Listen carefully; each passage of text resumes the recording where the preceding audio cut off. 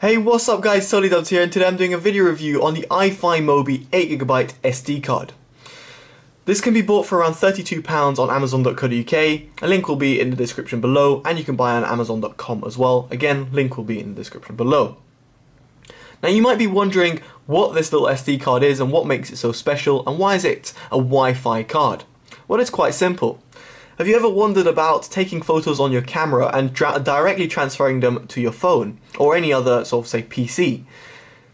Now you might be thinking, well, I could do that because some cameras do have Bluetooth or built-in Wi-Fi, but in my case, my Sony RX100, the MK1, doesn't have any of that, and therefore the only way to transfer that those photos to this device, the Galaxy Note 2, is to go on my PC, get the files off my SD card, plug in my phone, sync that up, take the photos out, and then post it. Why couldn't there be a simple solution? And this is the real solution.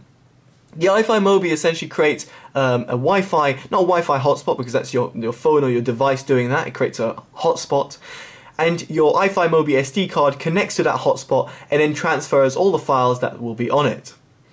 So in order to demonstrate this, I'm really going to just show you this by actually showing you its specs. I did a Crystal Diskmark 64-bit zero fill, and I compared my SanDisk Extreme 60 megabits per second Class 10 U3 card versus the Eyefi Mobi, because I think not enough people were mentioning actual speeds of the Eyefi Mobi, and it's quite important. So as you can see, I've got my Sony RX100. I'm going to take a picture of my screen because that's where my computer, sorry, where I took the benchmarks, and you'll be able to see in just a second that it's going to connect to the Wi-Fi. You can see, look, it's the Wi-Fi just disconnected over here, and that's the Wi-Fi, my home network, and it's going to open up a new Wi-Fi in just a second. There you go, and that's now connected to the Eyefi Mobi. You should get a toast notification, there you go, that it's connected to the Eyefi card, so it's created its hotspot now. The Eyefi Mobi card is connecting, and then very soon you're going to see a little pop-up over here with the photo actually coming through, and there you go. It's over here, and you can see it's very quick, very easy to do, and very simple. So I'm just going to wait for it to transfer so I can show you this. Here you go. That's the picture I just took right now, and here are the speeds. So I'm going to rotate so you guys can see it a little bit better, and here you go. So in terms of the speeds, as you can see, on the right hand side is my SanDisk over here, and on the left hand side is the Eyefi Mobi. You can see the speeds are greatly different, especially the read-writes on sequential and 512s.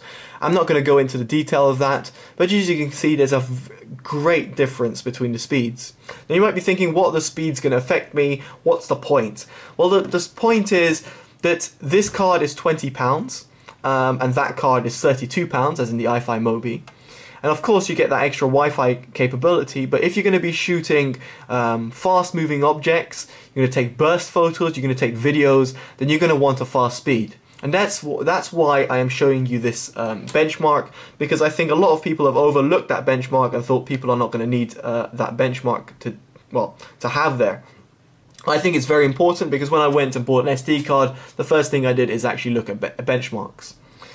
Now, speed is one thing, but what about the functionality? So as you saw it there, I pretty much demonstrated in real time how the Eyefi Mobi card actually works. You can see right here, the connection now is back on my Wi-Fi network. I'm going to take another photo, and again, it's going to reconnect to the Eyefi Mobi Wi-Fi. So the way it works is quite clever, and I really like this intuitive design in terms of connecting when it needs to connect, so not always connecting and therefore draining your battery. And the way it works is that you're not actually using any data, you're just creating a Wi-Fi hotspot. That's all you're doing. So that is very smart and quite cool to see. So as you can see there, it's turned it off on its own and it's connected to Eyefi. The app itself is pretty much one of the fundamental basics of this whole thing, because without the app, then you wouldn't have the functionality. So for example, if I go on this benchmark picture, I can go details, bin, I can edit it, which you can crop and rotate, and you can also share. So if I go see all, you can see I can share it through all my different sort of platforms, and of course these files are saved locally. So if I go on Instagram now and want to go and find this file, I just go to my local files and it saves it there. You can change the settings, and you can change the actual location of the photos, where they go. So that's quite useful if you've got external SD card, and of course you're going to take loads of photos, therefore you want to put on your 64GB SD card. That's fair enough, you can do that, and it's great that you've got this functionality. But one functionality you do not have is the selection process. Now you might be saying, what do you mean by selection process? Well, let's say for example, went on a holiday trip, took over 200 photos on my camera. I still hadn't connected my Eyefi Mobi card because I didn't have my phone. So I've taken 200 photos. Then suddenly I meet a friend.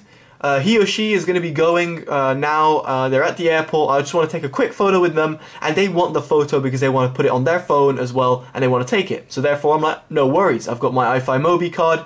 I'll use the Wi-Fi to my phone, and I'll Bluetooth you the photo. Cool. So I take a photo. Then I connect up the Eyefi Mobi card. Guess what's going to happen? Those 200 photos that I took during my trip are all going to synchronize first, and then that picture that I took with my friend is going to come after.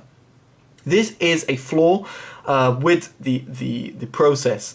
That's mainly due to the fact that the Eyefi Mobi card doesn't have a brain. It doesn't have like a CPU of some sort to decide or you to control it. So for example, if I were to delete this benchmark off my phone, it's not going to delete it off my camera. My camera is still going to have that photo over here, and you'll be able to see there it is. So it doesn't have that two-way communication.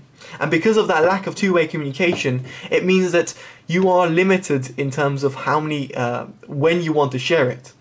Of course, if you're always transferring it, then it's not going to be a problem.